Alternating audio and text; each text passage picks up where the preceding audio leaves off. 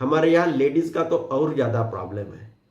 हमारे भारतीय स्त्री हम अपने शरीर से इतनी ज्यादा बंधी हुई है, कहीं बस में जाएगी थोड़ा किसी का हाथ न लग जाए, हाथ लग जाए तो अपवित्र हो जाएगी। इसलिए बस में भी या कहीं भीड़ भाड़ के इसमें पूरा ध्यान रहता है कोई मुझे हाथ तो नहीं लगा रहा। और जब इस प्रकार का भाव रहता है तो हाथ लगाने वाले भी आ जाते हैं, क्योंकि वैसे ही एनर्जी आप आगे भी भेजते हो ना, तो जो आप सोचोगे वैसा ही हो जाएगा। इसके लिए इतना प्रॉब्लम है, शरीर के प्रति बहुत ज्यादा बोध है। और करेंगे भी क्या भारतीय स्त्री, सिखाया ही गया है वैसा, हमारे पूरे धर्म ग्रंथ वैसे ही लिखे हुए हैं। हमारे भारत के संस्कृति की सबसे अच्छी स्त्री कहा जाता है सीता माता को। बिल्कुल हस्बैंड के साथ जंगल में भी गई, वनवास में भी गई, उसके ऊपर दुखों का पहाड़ टूटा, फिर भी उनके भगवान राम कहते हैं कि परीक्षा दो, परीक्षा भी दी।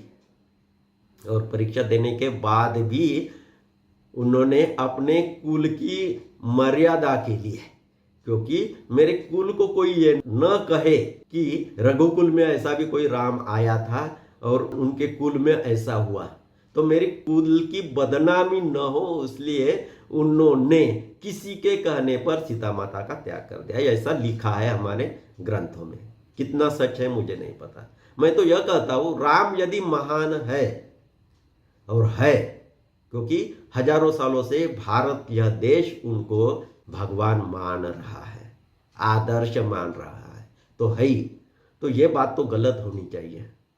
जब कोई कपड़े धोने वाला धोबी जो सीता के ऊपर आरोप कर रहा है, तो उनके वो दुख न हो या वह लोग कुछ न कहे, इसलिए वह अपने पत्नी को त्याग देते हैं। तो क्या पत्नी नागरिक नहीं है वहां की?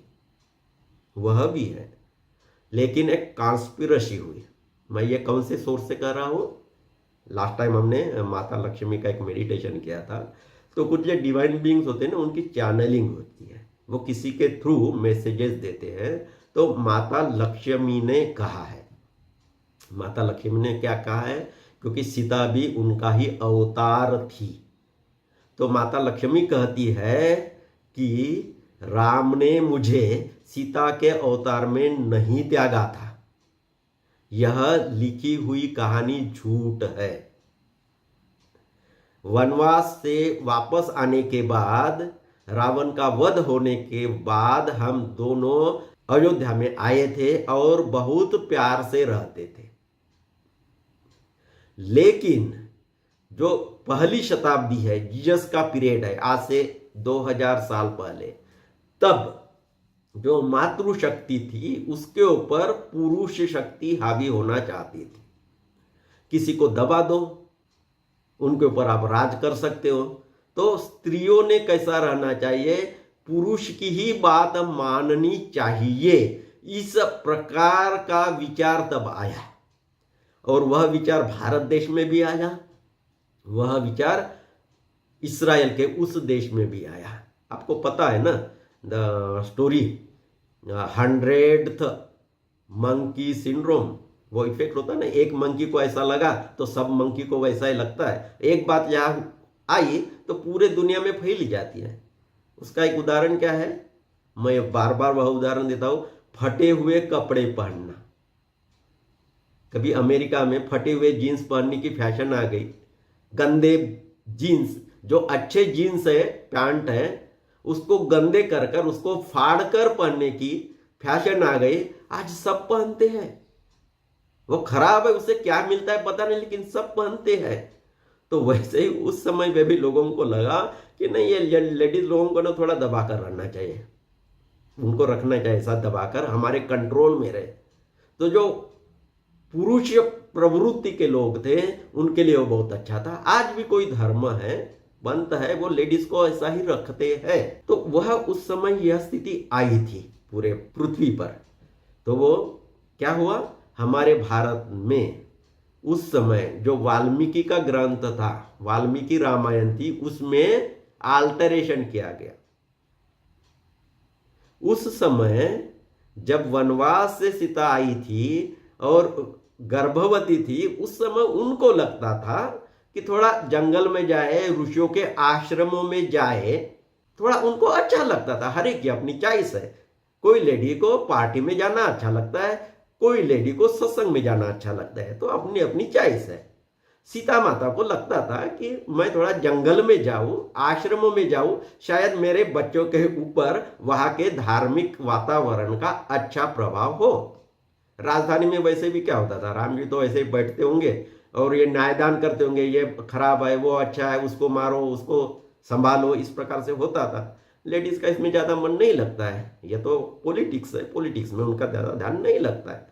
तो वो बच्चों के लिए जंगल में जाती थी, आश्रमों में जाती थी। उसमें ही थोड़ा चेंज कर लिया उन लोगों ने। क्या किया, सीता माता तो आश्रम में, वाल्मीकि तो आश्रम में जाती थी, ये कर दिया कि राम ने उसका त्याग कर दिया। ये क्यों किया?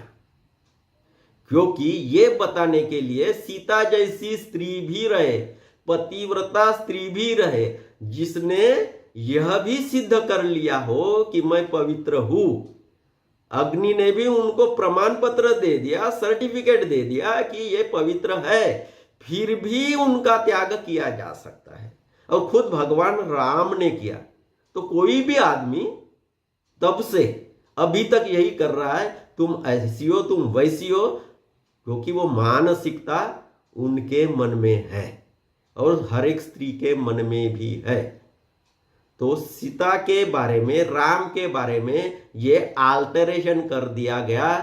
कौन से? वाल्मीकि रामायण में, संस्कृत वाले में।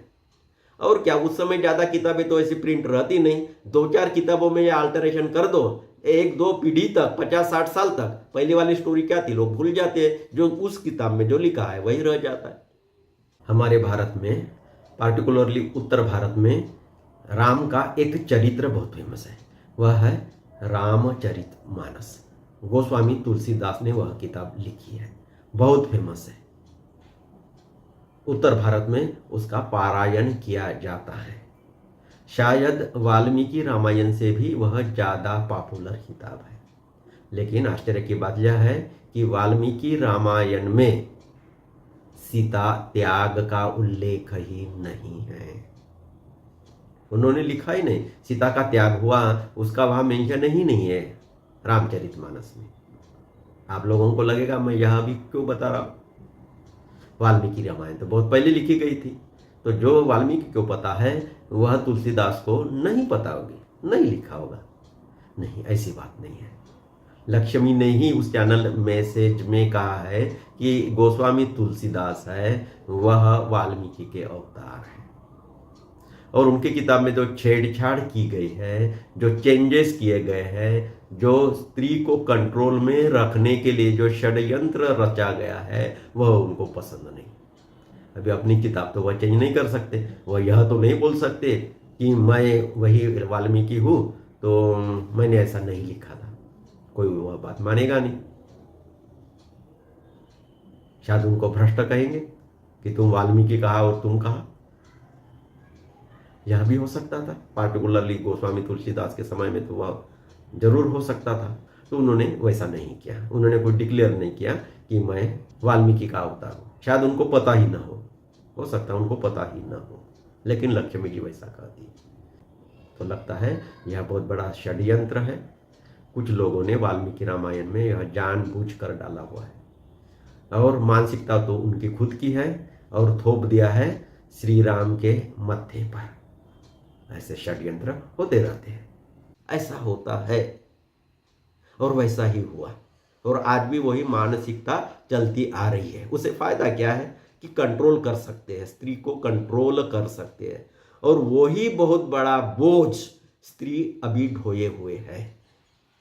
उधर जीसस के समय में वो मेरी मैगदलीन थी, बहुत अच्छी साधिका थी, जीसस के जैसी ही थी, वह इंडिपेंडेंटली ध्यान करती थी, लेकिन उनको उन्होंने वेश्या बना दिया और जीसस को बड़ा बना दिया। जीसस उनके तारणहार, उनको बचाया है।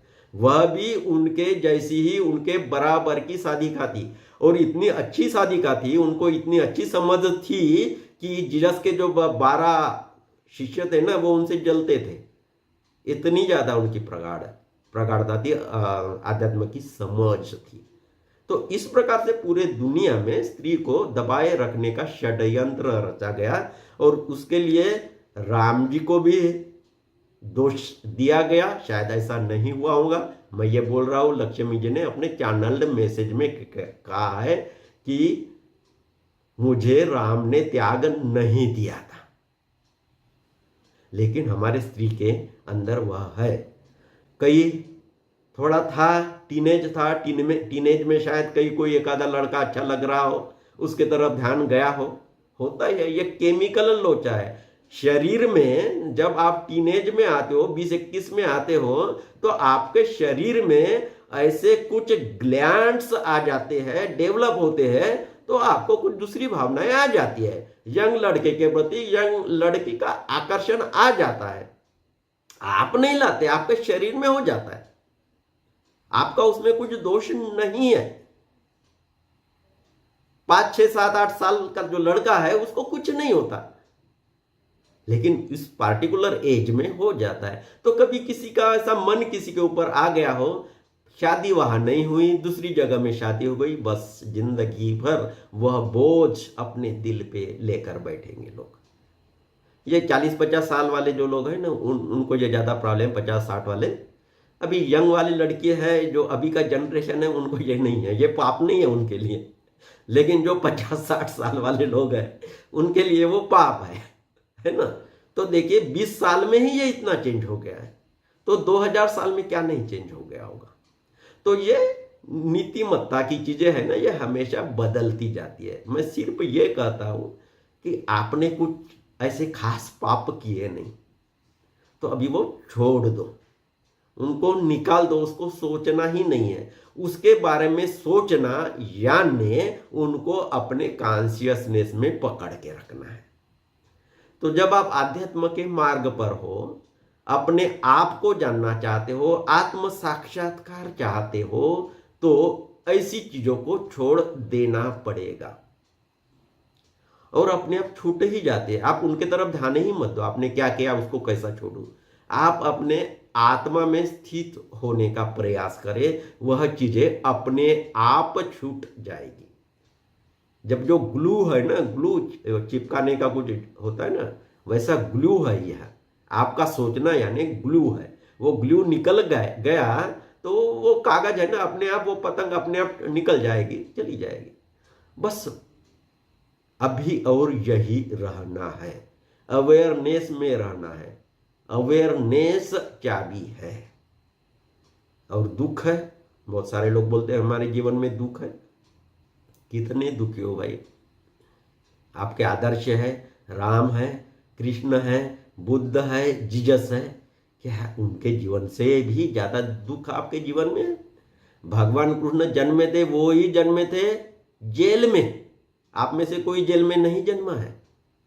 और छोटा बच्चा था यह श्री कृष्ण नंदलाल, उनको मारने के लिए कितने कितने राक्षस आते थे, कोई आपके पीछे नहीं पड़ा हुआ है। उनके जीवन में बहुत दुख थे। और भगवान राम थे, अपने यंग पत्नी को लेकर उनको जंगल जाना पड़ा, वनवास में रहना पड़ा। 14 साल जंगल में रहना पड़ा। और जंगल में रहे, वहां भी ऐसे आराम से रहे ऐसा नहीं है, बहुत राक्षस उनके पीछे पड़े थे। कई राक्षसों का भी उन्होंने संहार किया और आखिर में तो उनके पत्नी को कोई एक दूसरा राक्षस रावण लेकर चला गया। बहुत दुख है उनके जीवन में। फिर भी वह आदर्श है भारतीयों के लिए, क्योंकि ऐसे परिस्थिति में भी उन्होंने राजकाज ठीक चलाया, बहुत अच्छी तरह से चलाया। इसलिए कोई अच्छा राज हो तो उसको उपमा दी जाती है राम राज्य की। इसलिए मैं कहता हूँ कि वो सीता वाला जो उनके चरित्र में ये इशू आता है कि उन्होंने सीता का त्याग कर दिया, यह सच नहीं लगा। राम के चरित्र में लिखी हुई यह चालबाजी हो सकती है। हमारे देश में भगवान कृष्ण और भगवान राम बहुत पूजनीय है। भगवान कृष्ण तो पूर्ण पुरुष है और भगवान राम तो मर्यादा पुरुषोत्तम है। वह क्यों है? क्योंकि उन्होंने ऐसे कठिन परिस्थितियों में भी अपना धैर्य नहीं खोया और अपनी जो मंजिल है उसे पा लिया। तो आपके जीवन में भी दुख आएंगे, आते रहेंगे। आप उनसे कैसा डील करते हैं वह ज़्यादा इम्पोर्टेंट है। आप उन दुखों के साथ दुखी हो जाकर और दुखी होते हैं, या उस दुख से आगे निकल जाते हैं और स्पिरिचुअली डेवलप होते हैं, यह इम्पोर्टेंट। आप संतों के चरित्र देखें, योगियों के चरित्र देखें, जीवन दुखों से भरा है। इन दुखों से वह कैसे आगे बढ़े, वह उनका पुरुषार्थ है। और परमात्मा की प्राप्ति वह परम प्राप्ति है, वही परम पद है। तो इसलिए छोटी छोटी चीज़ों से डरना नहीं, छोटी छोटी चीज़ों से मार्ग से भटकना नहीं, दुखी नहीं होना है, खुश रहना है। और एक एक करके एक एक सेशन में हम लोग उसके ऊपर कार्य करेंगे। जैसे जैसे एक टेम्पल से दूसरे टेम्पल में आप जाओगे, आप और तैयार होते जाओगे, और ज़्यादा कॉन्शियसनेस और ज़्यादा चेतना आपके साथ आएगी, और ज़्यादा कनेक्शन परमात्मा के साथ हो जाएगा। तो इसी प्रकार चलते हैं। तो आज का हमारा ये सेशन होगा how to activate your heart chakra. क्योंकि जब आप हार्टफुलनेस से भरे हुए हो, हृदय आपका ऐसा परिपूर्ण है, तब परमात्मा के साथ आपका कनेक्शन इजीली हो जाता है। और दूसरा, आप करुणा से भर जाते हो, प्रेम से भर जाते हो, और जीवन में प्रेम के जैसी शक्ति नहीं है, हीलिंग के लिए भी, मैनिफेस्टेशन के लिए भी। इसलिए आपका हार्ट चक्र एक्टिवेट होना बहुत ज़रूरी है। इसलिए हम लोग भी जब मरकबा का यूज़ करते हैं और मरकबा का यूज़ करके कहीं जाना है, तो हार्ट चक्र पर ज़्यादा ध्यान देते हैं। वहीं से वह पोर्टल खुलता है, वहीं से वह टनेल, वह मार्ग खुलता है आपके हार्ट चक्र से। इसलिए हम हार्ट चक्र को आज एक्टिवेट करेंगे। सैक्रेड सर्कल के द्वारा ध्यान और हीलिंग के सेशंस हर रविवार को होते हैं। यदि आप भी ध्यान में और हीलिंग में इंटरेस्ट रखते हो, नई नई विधियाँ जानना चाहते हो, तो आइए, आपका हमारे सैक्रेड सर्कल में स्वागत है। हमारे साथ जुड़ने के लिए नीचे डिस्क्रिप्शन में डिटेल्स दिए गए हैं। हमारा व्हाट्सएप ग्रुप आप ज्वाइन कर लीजिए। हमारे ऑनलाइन सेशंस ज्वाइन करने के लिए लिंक वही पोस्ट की जाती है। और हाँ, हमारे सभी प्रोग्राम निःशुल्क होते हैं।